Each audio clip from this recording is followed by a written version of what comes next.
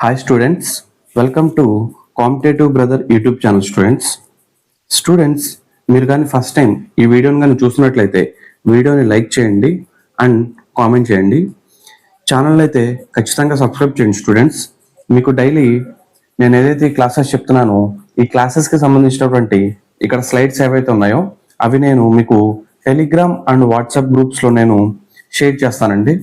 So నేను మీకు ఈ టెలిగ్రామ్ మరియు వాట్సాప్ గ్రూప్కి సంబంధించినటువంటి లింక్స్ కూడా నేను మీకు వీడియో డిస్క్రిప్షన్ అండ్ కామెంట్ సెక్షన్లో మీకు పిన్ చేస్తాను. ఖచ్చితంగా మీరందరూ ఆ ఛానల్ ఆ గ్రూప్స్లో జాయిన్ అవ్వండి. మీకు ఈ స్లైడ్స్ అనేవి అక్కడ అవైలబుల్లో ఉంటాయి స్టూడెంట్స్. ఓకేనా? ఈరోజు మనము జూలై 2 అండి. జూలై 2కి సంబంధించినటువంటి క్లాసెస్ని మనము జూలై 2కి చెందినటువంటి మన కరెంట్ అఫైర్స్ క్లాస్ని డిస్కస్ చేద్దామండి. ఓకేనా? ఈరోజు మన ఫస్ట్ కరెంట్ అఫైర్ వచ్చేసరికి రెమిటెన్సెస్ లో ఇండియా రికార్డ్ అండి. సో ఈ రెమిటెన్సెస్ అంటే ఏంటి అని మనకు తెలియాలండి. ఎవరైతే భారతీయులు ఇండియన్స్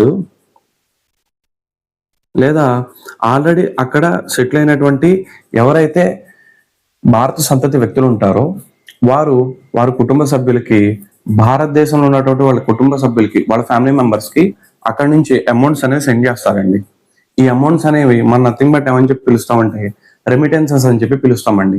ఈ రెమిటెన్సెస్ అనేవి మనకి డిఫరెంట్ కంట్రీస్ కి సంబంధించిన రెమిటెన్సెస్ ఉంటాయండి. అక్కడ ఆ డిఫరెంట్ కంట్రీకి సంబంధించినటువంటి కరెన్సీస్ అన్ని మన ఆర్బీఐ తీసుకొని వాటి నుంచి వాటిని ఇండియన్ రూపీస్ లో కన్వర్ట్ చేసి మనకి ఇవ్వడం అనేది జరుగుతుందండి. ఓకేనా? ఇలా ఈ రెమిటెన్సెస్ అనేవి ఇండియన్స్ మనకి విదేశాల నుంచి పంపిస్తారండి. విదేశాల నుంచి పంపించడం అనేది జరుగుతుందండి. ఓకే, అయితే మనకి 2020, 23, 24 అండి. 2020, 23, 24 ఈ మధ్య గ్యాప్లో కానీ మనం చూసుకున్నట్లయితే $119 బిలియన్ రెమిటెన్సెస్ అనేవి మనకి విదేశాల నుంచి మన ఇండియాకి అనేది రావడం జరిగిందండి. ఓకేనా? ఇప్పుడు ప్రజెంట్ మనకి 2024, 25 అండి.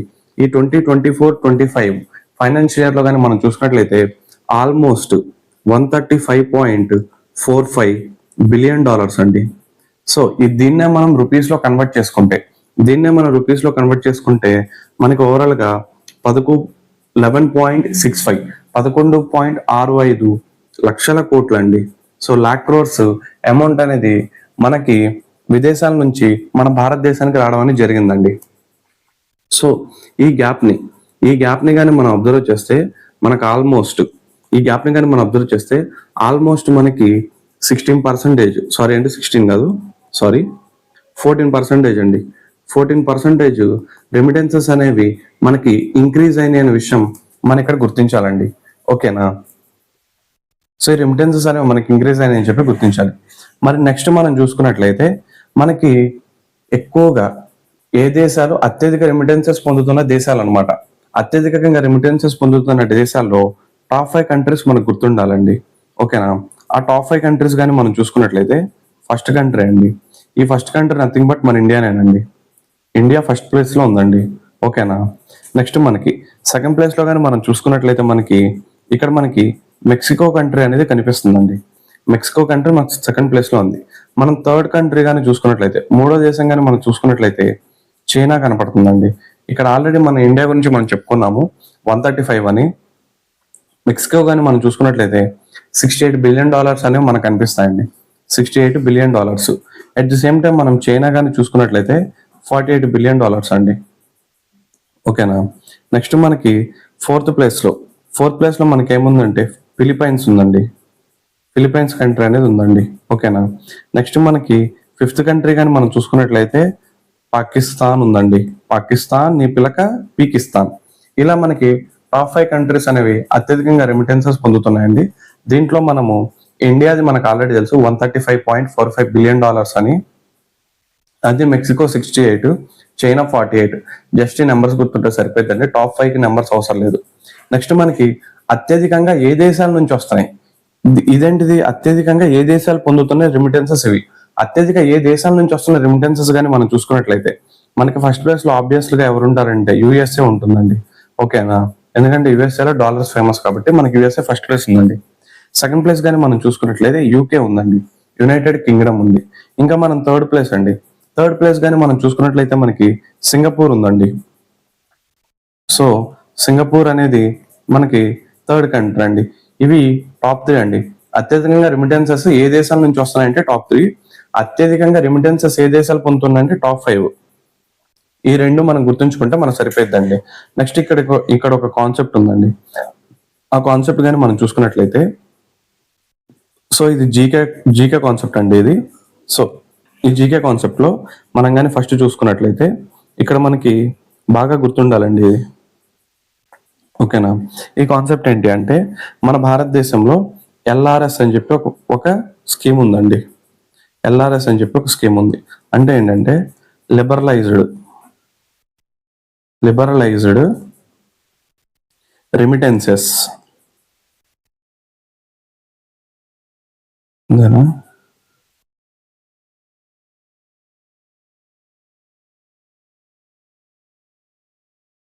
లిబరలైజ్డ్ రెమిటెన్సెస్ స్కీమ్ అండి. ఈ స్కీమ్ కింద ఒక పర్సన్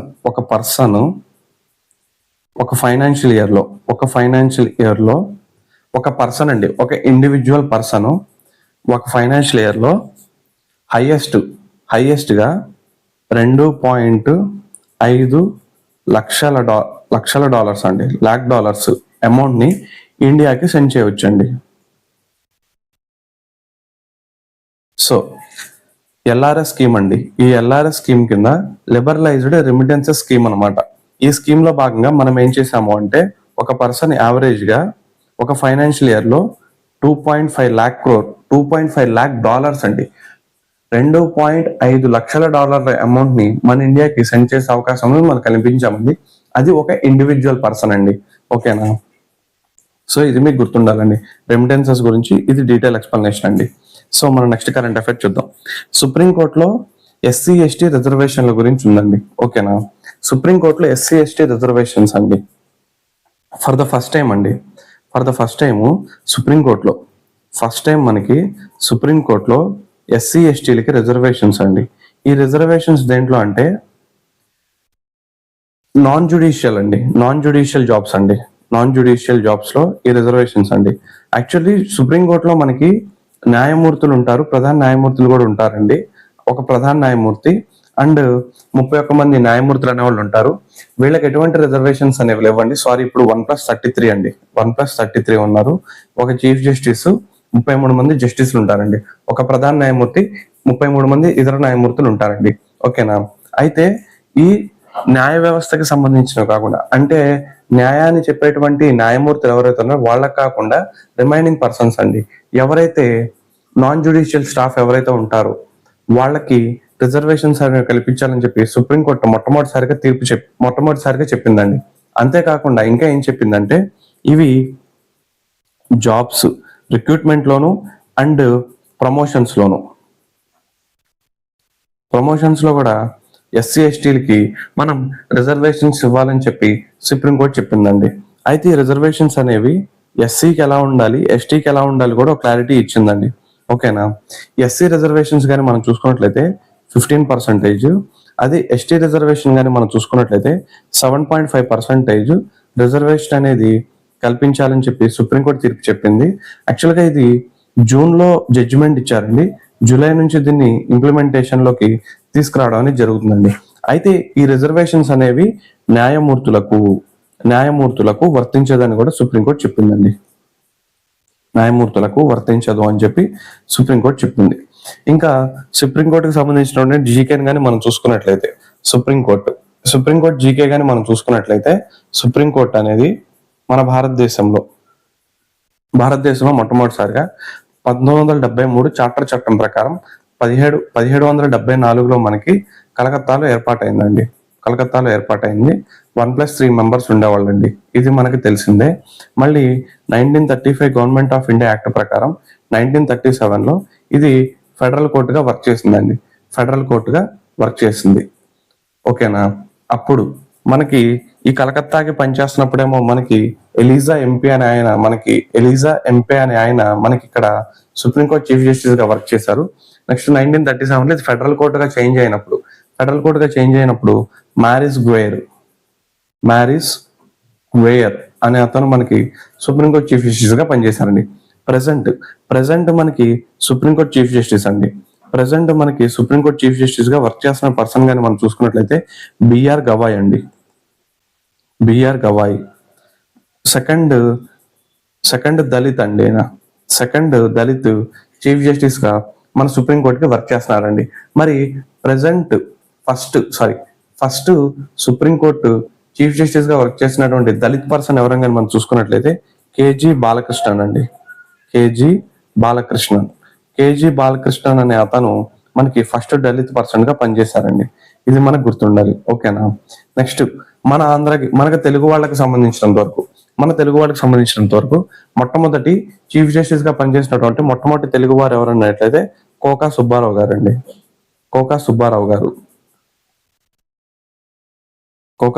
గారు మనకి ఫస్ట్ చీఫ్ జస్టిస్ గా పనిచేశారండి. నెక్స్ట్ మనకి పనిచేసినటువంటి సెకండ్ ఆంధ్రుడు కానీ మనం చూసుకున్నట్లయితే ఎన్వి రమణ గారండి. ఎన్వి రమణ అనే ఆయన మనకి సెకండ్ వర్క్ చేసినటువంటి పర్సన్ అండి.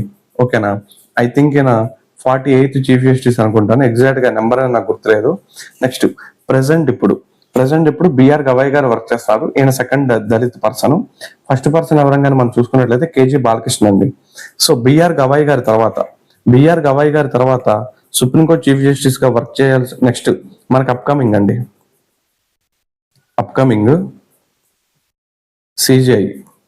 అప్కమింగ్ సిజిఐ గా వస్తున్నటువంటి పర్సన్ గాని మనం చూసుకున్నట్లయితే సూర్యకాంత్ అండి. సూర్యకాంత్ అనే అతను మనకి అప్కమింగ్ సిజిఐ గా రావడం అనేది జరుగుతుందండి. ఓకేనా. ఈ పేర్లు కూడా మనకు కొంచెం గుర్తుండాలండి. నెక్స్ట్ ఎలాగో సుప్రీంకోర్టు రిజర్వేషన్ల గురించి వచ్చింది కాబట్టి ఇక్కడ మనము సుప్రీంకోర్టు అనేది న్యాయ వ్యవస్థ అనేది నథింగ్ బట్ న్యాయ వ్యవస్థ అనేది ఏదైతే ఈ న్యాయ వ్యవస్థ గురించి మనం మాట్లాడుకుంటున్నామో ఈ న్యాయ వ్యవస్థ ఏదైతే ఉందో ఈ న్యాయ వ్యవస్థ రాజ్యం యొక్క పరిధిలోకి వస్తుందా రాదా అని చెప్పి ఆర్టికల్ 12 ఉందండి. ఆర్టికల్ 12 గురించి మీ అందరికీ తెలిసిందే. ఫండమెంటల్ రైట్స్ లో ఆర్టికల్ 12 అనేది మనకి రాజ్యం యొక్క నిర్వచనం గురించి చెప్తుందండి. ఈ రాజ్యం యొక్క నిర్వచనంలో భాగంగా ఆర్టికల్ 12 ప్రకారము రాజ్యం యొక్క నిర్వచనంలో న్యాయ వ్యవస్థ అనేది రాజ్యం యొక్క పరిధిలోకి వస్తుందా రాదా అని చెప్పి కేసు అనేది ఒకటి ఫేమస్ అండి.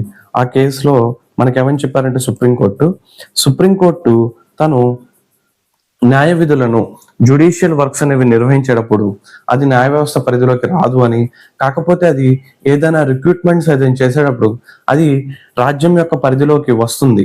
న్యాయ వ్యవస్థకు సంబంధించిన వర్క్ చేసేటప్పుడు అది రాజ్యం యొక్క పరిధిలోకి రాదు, కానీ అది అడ్మినిస్ట్రేటివ్ వర్క్స్ కానీ రిక్రూట్మెంట్స్ కానీ ఏమైనా చేసేటప్పుడు ఖచ్చితంగా రాజ్యం పరిధిలోకి వస్తుందని చెప్పి సుప్రీంకోర్టు మనకి 2 కేసుల్లో తీర్పు ఇచ్చిందండి. ఆ 2 కేసుల తీర్పులు కానీ మనం చూసుకున్నట్లయితే AR Antulay versus Ravi Nayak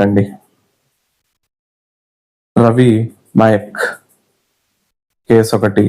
next second case కానీ మనం చూసుకున్నట్లయితే ప్రేమ్చంద్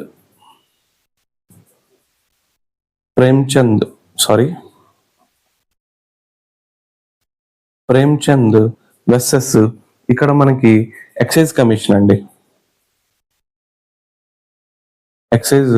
కమిషన్. సో సుప్రీంకోర్టు న్యాయపరమైన విధులు నిర్వహించేటప్పుడు అది రాజ్యం యొక్క పరిధిలోకి రాదు, కానీ అది పరిపాలన సంబంధించినటువంటి అంశాలు అడ్మినిస్ట్రేటివ్ వర్క్స్ అనేవి నిర్వహించేటప్పుడు అది ఖచ్చితంగా రాజ్యం యొక్క పరిధిలోకి వస్తుందని చెప్పి సుప్రీంకోర్టు ఏ కేసులో తీర్పు చెప్పిందంటే AR Antulay versus Ravi Nayak. Next Premchand versus excise commission లో మనకి సుప్రీంకోర్టు ఈ తీర్పు ఇవ్వడం అనేది జరిగిందండి. ఓకేనా. ఇది మనకి సుప్రీంకోర్టు గురించి అండి. సో ఇది మనకి సుప్రీంకోర్టులో ఎస్సీ ఎస్టీ రిజర్వేషన్లు ఫస్ట్ టైం ఈ రిజర్వేషన్ అనేది ఇవ్వడం అనేది జరిగిన విషయం మనకు గుర్తుపెట్టుకోవాలండి.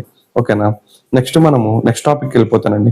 15 లక్షల కుటుంబాలకు 1,00,000 మంది మార్గదర్శకులు అండి. ఓకే. గవర్నమెంట్ అండి మనకి ఇక్కడ చంద్రబాబు నాయుడు గారు మనకి ఇక్కడ పిక్ లో కనిపిస్తున్నారు. సో ఏపీ గవర్నమెంట్ ఒక ఇనిషియేటివ్ అనేది తీసుకొచ్చిందండి. అది ఏంటంటే P4 ఇనిషియేటివ్ అండి. సో మనకి P4 ఇన్స్టిట్యూట్ అంటే ఏంటంటే public private people partnership. Public private people partnership. So మనకి P4 ఇన్స్టిట్యూట్ అంటే ఏంటంటే public private people partnership. So మనకి P4 ఇన్స్టిట్యూట్ అంటే ఏంటంటే public private people partnership. So మనకి P4 ఇన్స్టిట్యూట్ అంటే ఏంటంటే పబ్లిక్ ప్రైవేట్ పార్ట్నర్షిప్ అండి. ఓకేనా, పబ్లిక్ ప్రైవేట్ పీపుల్ పార్ట్నర్షిప్ అని చెప్పి ఒక ఇనిషియేటివ్ తీసుకొచ్చిందండి. దీని యొక్క ముఖ్య ఉద్దేశం ఏంటంటే, ఎవరైతే ఇప్పుడు ఇది ఒక లైన్ అనుకుందామండి. ఓకేనా, ఎవరైతే బీపీఎల్ ఫ్యామిలీస్ అంటే ఎవరైతే అత్యధిక పేదవాళ్ళు ఉంటారో, పేదవారు, ఇది మన సొసైటీలో ఉన్నటువంటి టాప్ బిగ్ షాట్స్ అని చెప్పి పిలుస్తామండి.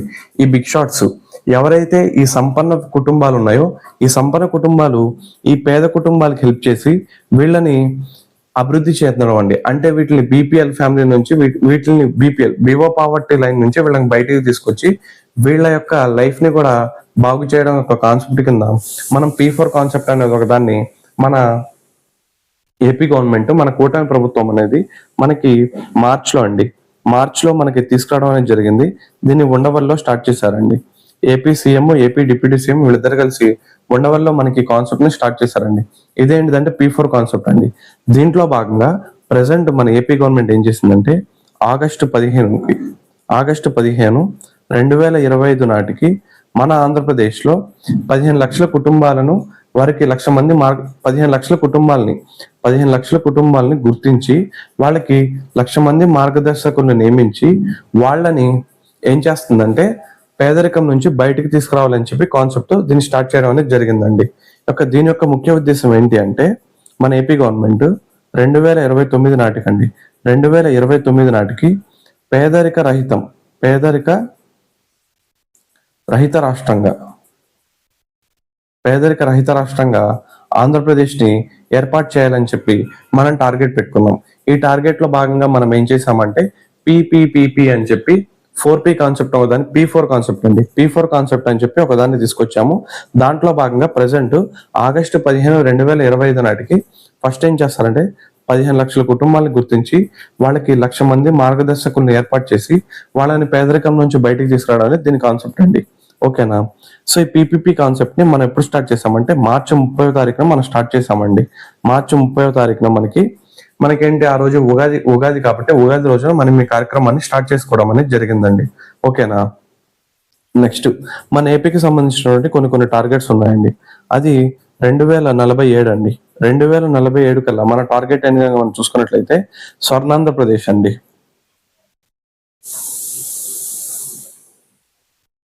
స్వర్ణాంధ్రప్రదేశ్ అనేది మనకి టార్గెట్ గా మనం పెట్టుకోవడం జరిగిందండి 2047 నాటికి. అంతేకాకుండా మన 2047 నాటికే మనకి ఇంకో టార్గెట్ ఏంటంటే వికసిత్ భారత్ అని చెప్పి మనం ఒక టార్గెట్ కూడా పెట్టుకోవడం జరిగిందండి. అంతేకాకుండా ఈ P4 సిస్టమ్ ఏదైతే ఉందో ఈ P4 సిస్టమ్ ని మనము ఇంప్లిమెంట్ చేయడానికి మనం ఏం చేసామంటే స్మార్ట్ ఏపీ ఫౌండేషన్ అని చెప్పి ఒక ఫౌండేషన్ కూడా మనం ఏర్పాటు చేసామండి. స్మార్ట్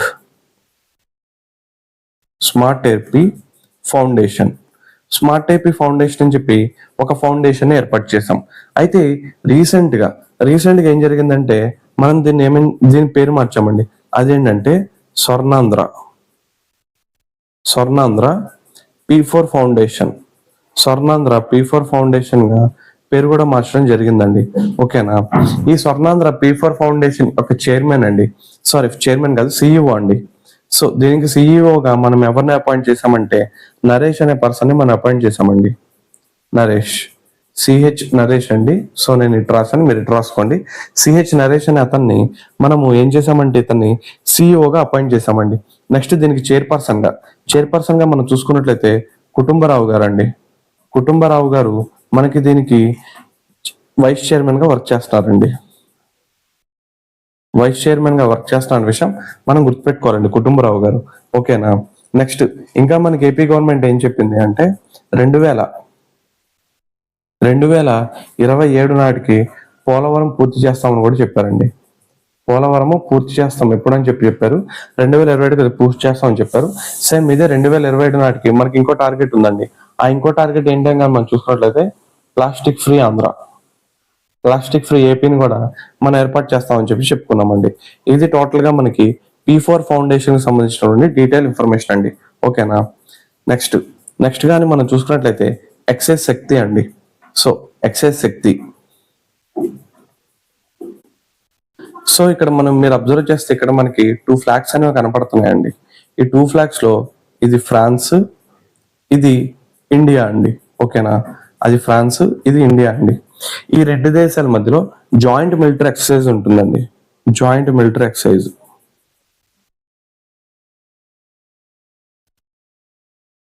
ఎప్పుడైనా సరే మీరు ఒకటి గుర్తుపెట్టుకోండి, మనకి ఎక్సర్సైజ్ అని చెప్పి వస్తాయండి.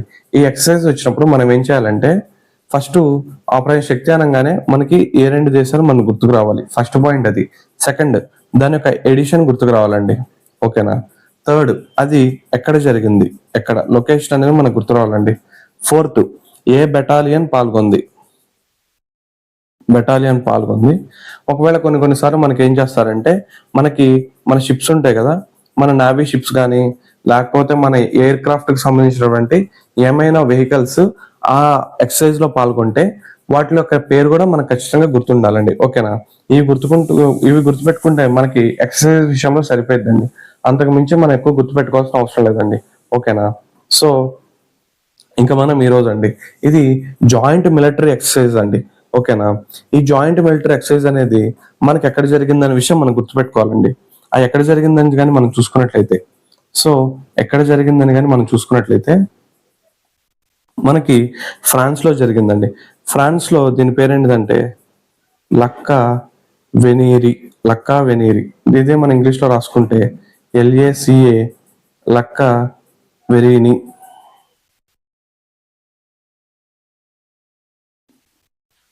లక్కా వెనేరి అనే ప్లేస్ లో జరిగిందండి. ఇది ఎక్కడ ఉందంటే మనకి ఫ్రాన్స్ లో ఉందండి. ఓకేనా. ఫ్రాన్స్ లో మనకి లొకేషన్ అనేది ఉందండి. సో దీంట్లో పాల్గొన్నటువంటి బెటాలియన్ కానీ మనం చూసుకున్నట్లయితే జమ్మూ అండ్ కాశ్మీర్ బెటాలియన్ దీంట్లో పాల్గొనడం అనేది జరిగిందండి. ఇది మనకి జూన్ నుంచి జూలై మధ్యలో జరిగిందండి. జూన్ కి జూలైకి మధ్యలో జరిగింది కాబట్టి జూలై మధ్యలో జరిగింది. మనము డేట్స్ అనేవి మనకి ఇంపార్టెంట్ కాదు, కానీ ఈ శక్తి అనగానే మనకి మిలిటరీ ఎక్సర్సైజ్ అని, ఇది ఇండియా ఫ్రాన్స్ మధ్య జరిగిందని, ఇది 8th ఎడిషన్ అని, ఈ లొకేషన్ ఎక్కడ అని, నెక్స్ట్ ఏ బెటాలియన్ పాల్గొంది, జస్ట్ ఈ పేర్లు మనం గుర్తుపెట్టుకుంటే సరిపోద్దండి. నెక్స్ట్ ఇంకా మనము ఫ్రాన్స్ టైం ఎక్సర్సైజ్ కానీ మనం చేస్తామని చెప్పి మనం చూసుకున్నట్లయితే ఇంకోటి 2 ఉంటాయండి. అవి ఏంటంటే వరుణ, సెకండ్ గానీ మనం చూసుకున్నట్లయితే అది గరుడ అండి. సో ఈ వరుణ అనేది అంటే మనకి గుర్తొచ్చేసిద్దండి. వరుణ అంటే నథింగ్ బట్ నావీ అని చెప్పి మనం గుర్తుపెట్టుకుంటాము. నెక్స్ట్ మనకి గరుడ కానీ చూసుకున్నట్లయితే గాల్లో ఎగిరిది కాబట్టి ఎయిర్ అని చెప్పి మనం గుర్తుపెట్టుకుంటామండి. సో వరుణ దేవుడికి గరుడ లాంటి శక్తి ఉందంటండి. సో ఇది మనకి ఇలా గుర్తుపెట్టుకుంటే మనకు సరిపోద్దండి. ఓకేనా. ఇది మనకి ఫ్రాన్స్ అండ్ ఇండియాకి సంబంధించిన జాయింట్ ఎక్సర్సైజ్ అండి. మనకి యాక్చువల్ గా యుఎన్ చార్టర్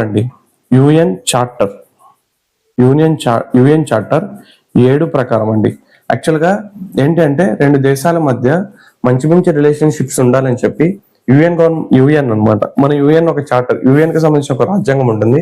ఆ రాజ్యాంగం చార్టర్ 7 లో మనకి వివిధ దేశాలు వాళ్ళ మధ్య స్నేహపూర్వక సంబంధాలు డెవలప్ అవ్వాలంటే వాళ్ళు మిలిటరీ ఎక్సర్సైజెస్, కొన్ని కాంబాక్ట్ కి సంబంధించినటువంటి రిలేషన్స్ వాళ్ళ మధ్య వాళ్ళు షేర్ చేసుకుంటే బాగుంటది అని చెప్పి యుఎన్ చార్టర్ 7 లో చెప్పారండి.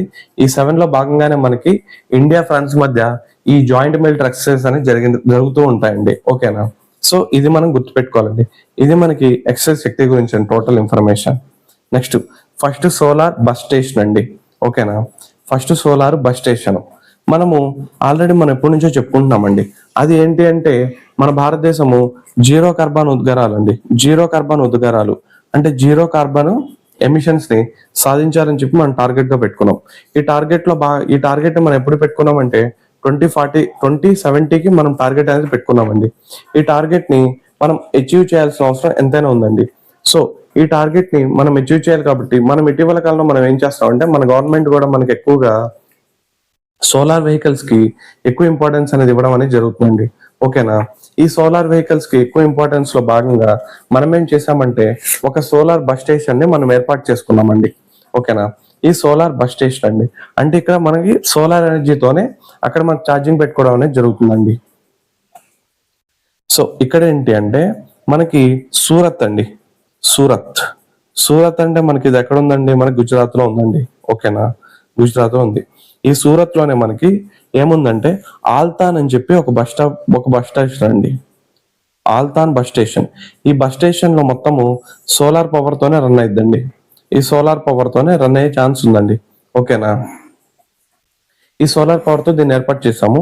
మొత్తము ఇది 1.60 లక్షల కోట్ల అండి. లక్షలు 1.60 కోట్లతో సారీ అండి.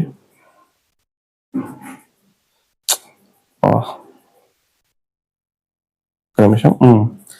1.60 కోట్లతో ఈ సోలార్ బస్ స్టేషన్ ని ఏర్పాటు చేయడం అనేది జరిగిందండి. ఓకేనా? మరి దీనికి హెల్ప్ చేసినటువంటి సంస్థగాని మనం చూసుకున్నట్లయితే దీనికి జర్మన్ కి సంబంధించినటువంటి GIZ అండి.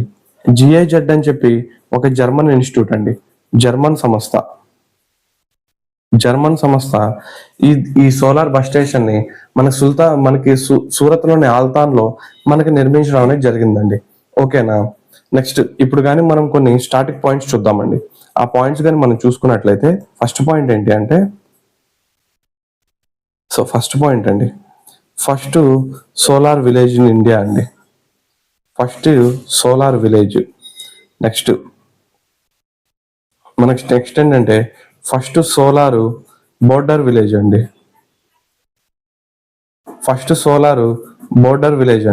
ఇది మనకు గుర్తుండాలి. Next first solar powered city అండి. ఫస్ట్ సోలార్ పవర్డ్ సిటీ మనకు తెలియాలి. ఫస్ట్ సోలార్ పవర్డ్ సెక్రటేరియట్ అండి. సో మనకు అమరావతిలో ఉంటుంది కండి, సేమ్ అలాగే సెక్రటేరియట్ అండి. నెక్స్ట్ మనకి ఫస్ట్ సోలార్ పవర్డ్ ట్రాక్టర్ ఇది ఎక్కడుందో మనకు తెలియాలి. నెక్స్ట్ మనకి ఫస్ట్ సోలార్ పవర్డ్ ఎయిర్పోర్ట్ అండి.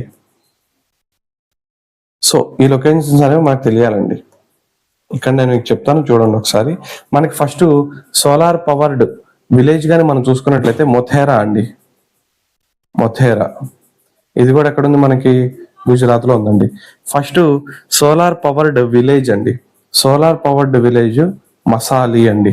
ఇది కూడా మనకి ఎక్కడ ఉందంటే గుజరాత్ లోనే ఉందండి. ఓకేనా? ఫస్ట్ సోలార్ పవర్డ్ సిటీ అండి. ఇది సాంచి స్తూపం గురించి మనం చదువుకుంటాం కదా. సాంచి స్తూపానికి దక్షిణ తోరణాన్ని నిర్మించాడు 2వ శాతకర్ణి అని మనం చదువుకుంటాం కదండి. అదండి ఇది. Next first solar powered secretariat మనకి ఎక్కడ ఉందని మనం చూసుకున్నట్లయితే మనకి అస్సాంలో ఉందండి. Solar powered secretariat. Next solar powered tractor అండి. ఈ ట్రాక్టర్ మనకి ఎక్కడ ఉందంటే థానే మహారాష్ట్రలో ఉందండి. ఓకేనా? నెక్స్ట్ సోలార్ పవర్డ్ ఎయిర్పోర్ట్ అండి. ఈ సోలార్ పవర్డ్ ఎయిర్పోర్ట్ మనకి ఎక్కడ ఉందంటే కొచ్చి కేరళలో ఉందండి. సో ఇది మనకి టోటల్ ఇన్ఫర్మేషన్ అండి. సో ఇది నేను మీకు అర్థమైందని చెప్పి అనుకుంటున్నాను. మనం నెక్స్ట్ టాపిక్ వెళ్ళిపోదామండి. యూనియన్ కార్బైడ్ వ్యర్థాలండి. సో ఈ యూనియన్ కార్బైడ్ కంపెనీ మనందరికీ తెలుసండి. భోపాల్ గ్యాస్ ట్రాజరీ గురించి మనం చదువుకుంటామండి. ఓకేనా? ఈ భోపాల్ గ్యాస్ ట్రాజరీ అనేది మనం తెలుసుకునే ముందు మనకి ఏం తెలియాలంటే ఇక్కడ మనకి 1984 డిసెంబర్ అర్ధరాత్రి, కొన్ని పుస్తకాల్లో 2 ఉంటుంది, కొన్ని పుస్తకాల్లో 3 ఉంటుందండి. అర్ధరాత్రి 12 తర్వాత జరిగిందని చెప్తారు. సో మనకి ఈ ఏదైతే మనకి యూనియన్ కార్బైడ్ అనే కంపెనీ ఉందండి, ఇది USA బేస్డ్ కంపెనీ. అక్కడ మనకి ఏమైందంటే యూనియన్ కార్బైడ్ ఇండియా లిమిటెడ్ అని చెప్పి ఈ కంపెనీని పిలుస్తారండి. USA బేస్డ్ కంపెనీ ఇది. ఈ కంపెనీకి సంబంధించినటువంటి దీంట్లో మనకు ఆ రోజు నైట్ ఏం జరిగిందంటే మీథైల్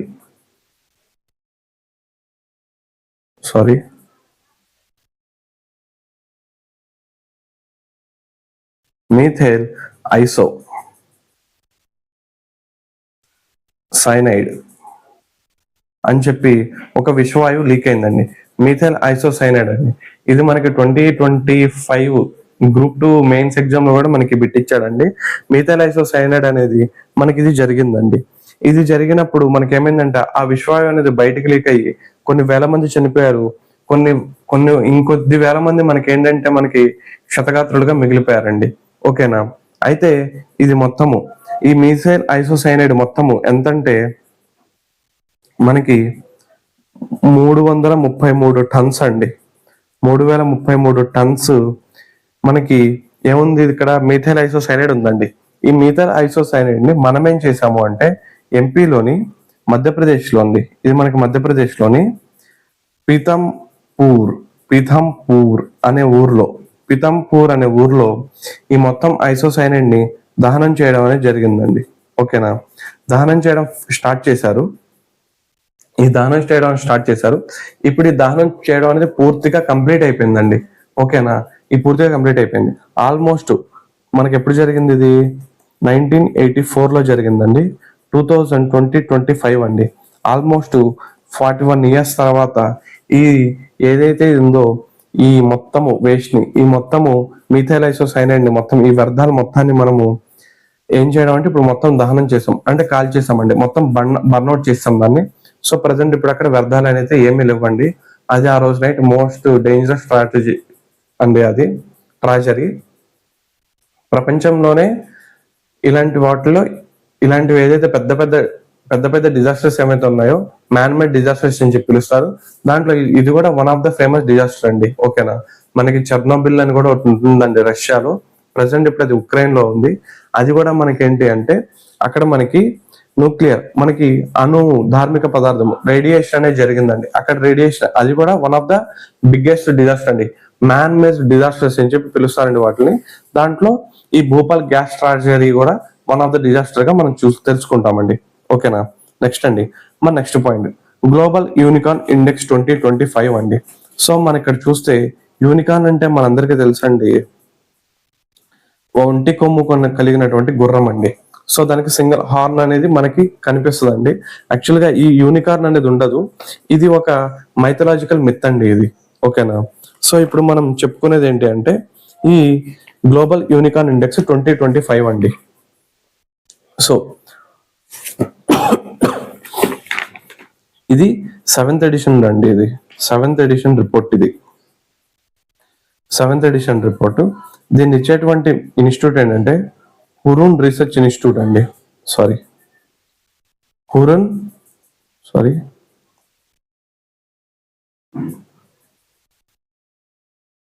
రీసెర్చ్ ఇన్స్టిట్యూట్ అండి. హురూన్ రీసెర్చ్ ఇన్స్టిట్యూట్ అనేది మనకి చైనాలో ఉంటుందండి. ఓకేనా, ఈ చైనాలో ఉన్నటువంటి సంస్థ మనకి రిపోర్ట్ అనేది ఇస్తుందండి. సో ఫస్ట్ మనం యూనికార్న్ అంటే ఏంటో తెలుసుకుందామండి.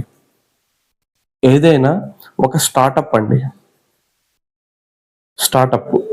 స్టార్టప్ అంటే ఏంటంటే ఇన్నోవేటివ్ ఐడియాస్ తో రావాలండి. ఫర్ సపోజ్ మనకి జొమాటో, స్విగ్గీ, ఫోన్పే, నెక్స్ట్ మనకి ఇంకా మనం చూసినట్లయితే కాయిన్ స్విచ్, కుబేరా,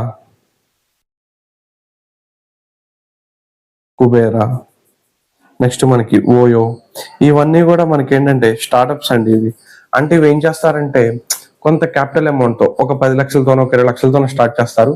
దాన్ని మెల్లగా విత్ ఇన్ షార్ట్ పీరియడ్ లో అంటే మనం చూసుకున్నట్లయితే 5 to 10 ఇయర్స్ అండి.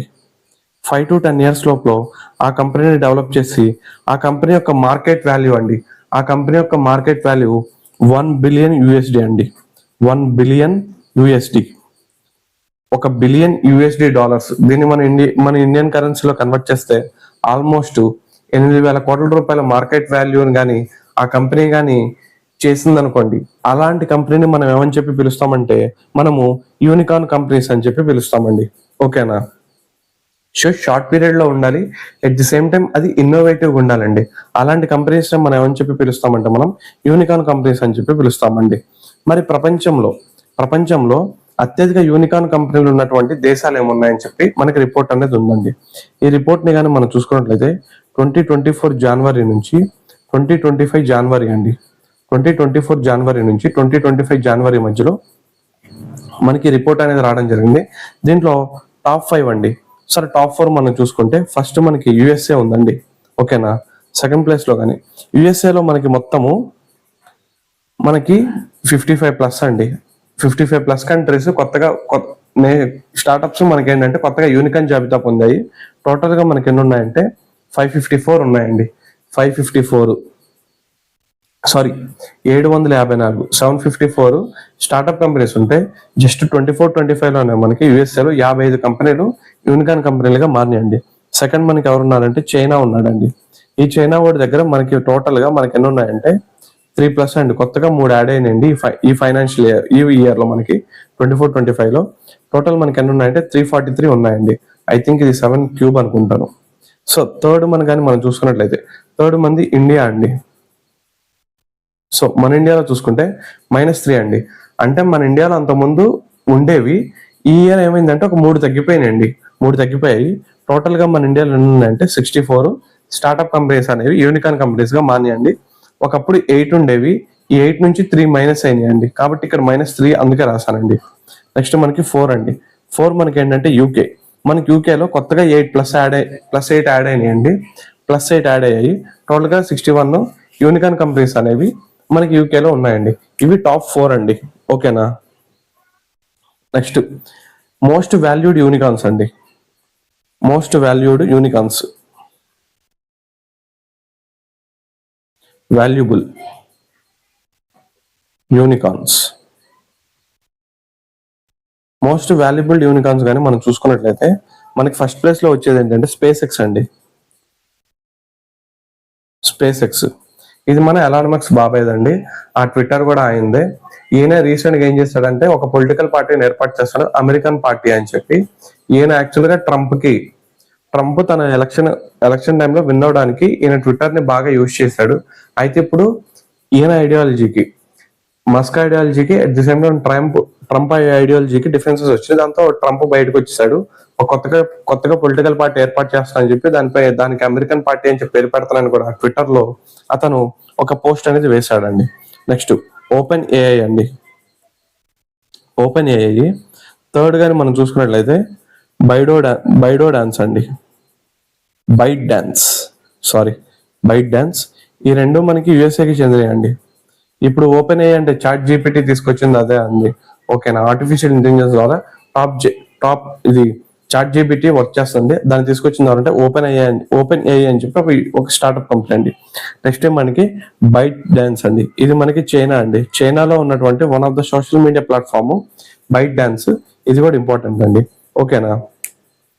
మరి ఇండియాలో అండి, మన ఇండియాలో టాప్ అండి. మన ఇండియాలో top unicorns, top valuable unicorns అండి. ఇండియాలో అయితే మనం చూసుకున్నట్లయితే ఫస్ట్ ఇది నథింగ్ బట్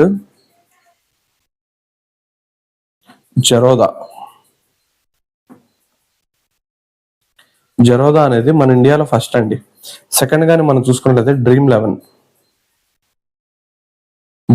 అండి. థర్డ్ గాని మనం చూసుకున్నట్లయితే రోజర్ పే అండి. సో రోజర్ పే అంటే మీ అందరికీ తెలిసిందే.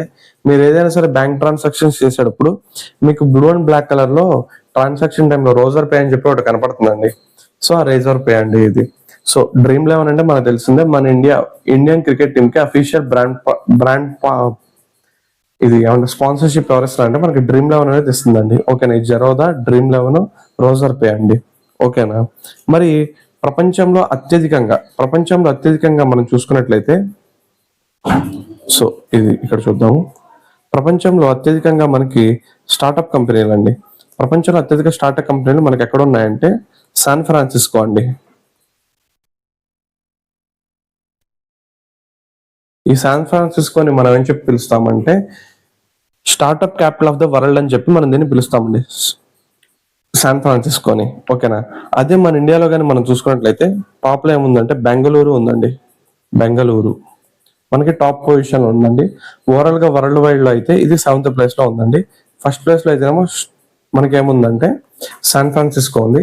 ఈ శాన్ ఫ్రాన్సిస్కోని మనం ఏమని చెప్పి పిలుస్తామంటే world capital of the startups అండి. స్టార్టప్స్ కి వరల్డ్ క్యాపిటల్ ఏ సిటీ ఉందంటే మన శాన్ ఫ్రాన్సిస్కో అని చెప్పి చెప్తాం.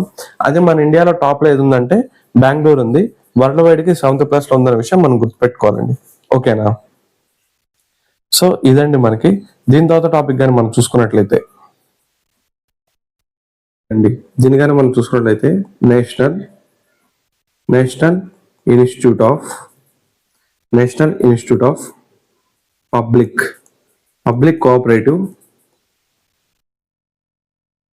కోఆపరేటివ్ అండ్ చైల్డ్ డెవలప్మెంట్ అండి. Child development. సో ఇటీవల ఈ NIPCCD ఉంది కదా, ఈ NIPCCD పేరుని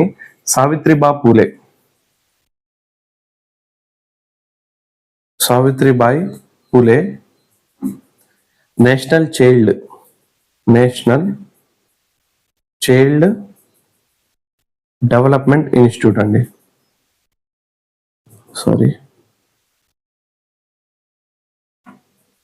చైల్డ్ డెవలప్మెంట్ ఇన్స్టిట్యూట్ గా మార్చడం జరిగిందండి. ఓకేనా. NIPCD అండి. ఈ NIPCDని మనం కొంచెము చూసుకుందామండి. దీని గురించి మనం కానీ జీకే చూసుకున్నట్లయితే ఈ NIPCD అనేది 1966 లో ఢిల్లీ హెడ్ క్వార్టర్ గా దీన్ని ఏర్పాటు చేయడం అనేది జరిగిందండి. ఓకేనా. దీని యొక్క ముఖ్య ఉద్దేశం ఏంటి అంటే యాక్చువల్గా ఇది కేంద్ర మహిళా మరియు శిశు సంక్షేమ శాఖ అండి. కేంద్ర మహిళా మరియు శిశు సంక్షేమ శాఖ కింద ఇది పనిచేస్తుందండి. So central women and child development ministry కింద వర్క్ చేస్తుందండి. దీని యొక్క NIPCCD యొక్క ముఖ్య ఉద్దేశం ఏంటంటే ఈ కేంద్ర మహిళా మరియు శిశు సంక్షేమ శాఖ ఏవైనా పథకాలు అమలు చేస్తున్నట్లయితే, ఏమైనా స్కీమ్స్ అమలు చేస్తున్నట్లయితే దాన్ని ఇది మానిటర్ చేస్తుందండి. ఓకేనా. దీన్ని మానిటర్ అనేది చేస్తుందండి. మానిటర్ అనేది చేసే యొక్క బాధ్యత దీని మీద ఉందండి. ఓకేనా. అయితే దీనికి హెడ్ క్వార్టర్ అనేది మనకి ఢిల్లీలో ఉంది. దీనికి ఓవరాల్ గా 6 ప్రాంతీయ కార్యాలయాలు, రీజనల్ ఆఫీసెస్ అనేవి ఉన్నాయండి. ఆ రీజనల్ ఆఫీసెస్ కానీ మనం చూసుకున్నట్లయితే ఫస్ట్ ఇది బెంగళూరు అండి. గౌహతి అంటే నథింగ్ బట్ మనకి ఇది అస్సాంలో ఉంటుందండి. దీని తర్వాత మనకి లక్నో యూపీలో ఉంటుందండి. దీని తర్వాత మొహాలి ఐ థింక్ ఇది గుజరాత్ అనుకుంటా, ఎగ్జాక్ట్ గుజరాత్ ఆర్ మధ్యప్రదేశ్ లో ఉంటుంది మొహాలి. దీని తర్వాత మనకి ఇండోర్ అండి. ఈ ఇండోర్ మనకి గుజరాత్ లో ఉంటుందండి. దీని తర్వాత మనకి రాంచీ అండి. రాంచీ అనగానే మనకి ఆటోమేటిక్ గా జార్ఖండ్, మన MS ధోని మనకు బాగా గుర్తొస్తారండి. సో ఇది మరి మనకి కేంద్రంలో women and child development minister గా వర్క్ చేస్తున్న పర్సన్ గాని మనం చూసుకున్నట్లయితే అన్నపూర్ణాదేవి గారు మన కేంద్రంలో వర్క్ చేస్తున్నారు. అదే ఏపీలో గాని మనం చూసుకున్నట్లయితే గుమ్మడి సంధ్య. సో సంధ్య స్పెల్లింగ్ గుమ్మడి సంధ్య గారు మనకు దీనికి మినిస్టర్ గా వర్క్ చేస్తున్నారండి. ఇది NIPCCD గురించి టోటల్ ఇన్ఫర్మేషన్ అండి. ఓకేనా. సో నెక్స్ట్ మనం కానీ చూసుకున్నట్లయితే ఒక్క నిమిషం అండి, నెక్స్ట్ 58వ టైగర్ రిజర్వ్ అండి. యాక్చువల్గా ఇది కొంచెం ఓల్డ్ కరెంట్ అఫైర్ అండి. అయినా సరే నేను కొంచెం ఇంపార్టెంట్ కరెంట్ అఫైర్ అనిపిస్తే నేను దాన్ని దీంట్లో లింక్ చేస్తానండి. సో ఇది తెలుసుకోవడం వల్ల నాకు తెలిసి పెద్ద ప్రాబ్లం అయితే ఏమి రాదు. కాబట్టి మీరు ఖచ్చితంగా ఇవైతే కొన్ని గుర్తుపెట్టుకోండి అండి. ఓకేనా. సో మనకి 58వ టైగర్ రిజర్వ్ గా మనకి ఏమొచ్చింది అంటే మాధవ్ టైగర్ రిజర్వ్ అనేది వచ్చిందండి. ఓకేనా. సో మాధవ్ టైగర్ రిజర్వ్ అనేది మనకి 58th టైగర్ రిజర్వ్ గా మనకు వచ్చిందండి. సో ఇప్పుడు మనకి మన ఇండియాలో ఓవరాల్ గా ఎన్ని టైగర్ రిజర్వ్స్ ఉన్నాయి కానీ మనం చూసుకున్నట్లయితే 58 టైగర్ రిజర్వ్స్ అనేవి ఉన్నాయండి. ఓకేనా. సో మరి ప్రతి టైగర్ రిజర్వ్ మనం గుర్తుపెట్టుకోవాలా? మరి ఇక్కడ మనకి ఏదో పెద్ద డౌట్ వస్తుందండి. అది డౌట్ ఏంటి అంటే మనం ఖచ్చితంగా టైగర్ రిజర్వ్స్ అనేవి గుర్తుపెట్టుకోవాలా అని చెప్పి పెద్ద ప్రాబ్లం వస్తుందండి. మీరు మళ్ళీ చెప్తున్నా గుర్తుపెట్టుకోండి. మీరు అన్ని టైగర్ రిజర్వ్స్ మీరు గుర్తుపెట్టుకోవద్దు. ఈ 58 టైగర్ రిజర్వ్స్ గుర్తుపెట్టుకోవడం ఎవరికి అసాధ్యం. కాబట్టి మనం 50 నుంచి 58 దాకా ఏమున్నాయో ఇవి మనం గుర్తుపెట్టుకుంటే సరిపోతుందండి. ఓకేనా. 50 నుంచి 58 వరకు మనకి ఏవైతే టైగర్ రిజర్వ్స్ ఉన్నాయో ఆ టైగర్ రిజర్వ్స్ ని మనం గుర్తుపెట్టుకుంటే సరిపోద్దండి. దీంట్లో ఫస్ట్ 50 అండి. 50 టైగర్ రిజర్వ్ కానీ చూసుకున్నట్లయితే మనకి అది కమ్లాంగ్ టైగర్ రిజర్వ్.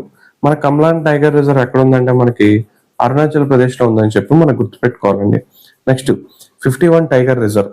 51 టైగర్ రిజర్వ్ మనం చూసుకున్నట్లయితే విల్లిపుత్తూరు మేఘమలై, విల్లిపుత్తూరు మేఘమలై టైగర్ రిజర్వ్ అండి. Meghamalai tiger reserve. ఈ విల్లిపుత్తూరు మేఘమలై పేరు చూస్తే మీకు అర్థమైపోయింది తమిళనాడు అని. దాని తర్వాత మనకి 52nd టైగర్ రిజర్వ్ అండి. 50 టైగర్ రిజర్వ్ కనుక చూసుకున్నట్లయితే Ramgarh విష్దారి, Ramgarh విష్దారి tiger reserve, Ramgarh విష్దారి tiger reserve. ఇది మనకి ఎక్కడ ఉందంటే రాజస్థాన్ లో ఉందండి. ఓకేనా. 53rd అండి. 53rd టైగర్ రిజర్వ్ గా మనం చూసుకున్నట్లయితే రాణిపూర్, రాణిపూర్ టైగర్ రిజర్వ్ అండి. ఇది మనకి ఎక్కడ ఉంది? యూపీలో ఉందనే విషయం మనం గుర్తుపెట్టుకోవాలండి. Next 54th tiger reserve. 54th tiger reserve మనకి ఏముందండి అంటే దుర్గావతి, దుర్గావతి టైగర్ రిజర్వ్ అండి. ఇది మనకి ఎక్కడ ఉంది? మధ్యప్రదేశ్ లో ఉంది. నెక్స్ట్ 55, 55 కానీ మనం చూసినట్లయితే ధోలాపూర్, ధోలాపూర్ టైగర్ రిజర్వ్ అండి. ఇది మనకి ఎక్కడ ఉంది? రాజస్థాన్ లో ఉందండి. ఓకేనా. నెక్స్ట్ మనకి 56 అండి. 56 టైగర్ రిజర్వ్ మనకి ఎక్కడ ఉందంటే గురు ఘాసీదాస్, గురు ఘాసీదాస్ టైగర్ రిజర్వ్. గురు ఘాసీదాస్ టైగర్ రిజర్వ్ మళ్ళీ మనకి ఛత్తీస్గఢ్ లో ఉందండి. Next 57 tiger reserve. 57 tiger reserve Ratapani, Ratapani tiger reserve. ఇది మనకి ఎక్కడ ఉంది? మధ్యప్రదేశ్ లో ఉంది. ఇప్పుడు 58th టైగర్ రిజర్వ్ అండి. 58th టైగర్ రిజర్వ్ మనకి ఏంటంటే మాధవ్, మాధవ్ టైగర్ రిజర్వ్. ఇది కూడా ఎక్కడ ఉందంటే మనకి మధ్యప్రదేశ్ లో ఉండడం అనేది జరిగిందండి. ఓకేనా. అయితే మనకి కొంచెం స్టాటిక్ లోకి వెళ్దామండి. మనము 1973లో అండి, 1973లో మనం ఏం చేసాము అంటే మనము ప్రాజెక్ట్ టైగర్ అనే దాన్ని స్టార్ట్ చేసామండి. April 1st నుంచి దీన్ని స్టార్ట్ చేయడం అనేది జరిగిందండి. ఓకేనా. April 1st నుంచి దీన్ని స్టార్ట్ చేయడం అనేది జరిగిందండి. మరి ఇక్కడ మన తెలుగు రాష్ట్రాల్లో అండి, తెలుగు రాష్ట్రాల్లో కానీ మనం చూసుకున్నట్లయితే మనకి ఏపీలో అండి, ఏపీలో ఉన్నటువంటి టైగర్ రిజర్వ్ పేరేంటంటే Rajiv Gandhi tiger reserve,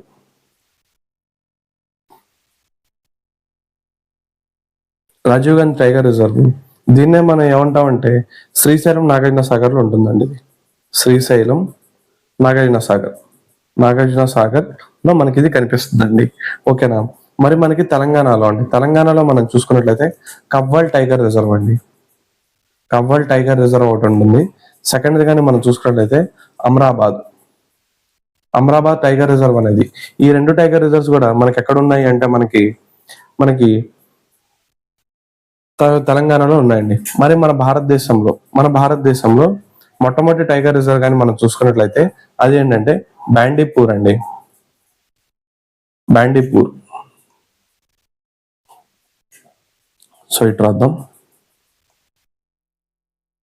first tiger reserve in India అండి, first tiger reserve in India కానీ మనం చూసుకున్నట్లయితే బాండీపూర్ అండి. సారీ అండి, సారీ కాదు సారీ. సో ఇది మన ఇండియాలోనే అతిపెద్ద టైగర్ రిజర్వ్ అండి, అతిపెద్దది, అతిపెద్ద టైగర్ రిజర్వ్ ఇది ఏంటంటే బాందీపూర్ అండి. బాందీపూర్ టైగర్ రిజర్వ్ మన భారతదేశం అతిపెద్ద టైగర్ రిజర్వ్ అండి. ఇది మన కర్ణాటకలో ఉంటుంది. అదే సెకండ్ పెద్దది ఏంటంటే మనం చూసుకున్నట్లయితే మానస్ అండి. So second Manas, Manas tiger reserve. ఇది అస్సాంలో ఉంటుందండి. ఓకేనా. నెక్స్ట్ ఇది యాక్చువల్గా టైగర్ రిజర్వ్స్ ఇవన్నీ ఎవరి కింద ఉంటాయంటే మినిస్ట్రీ ఆఫ్,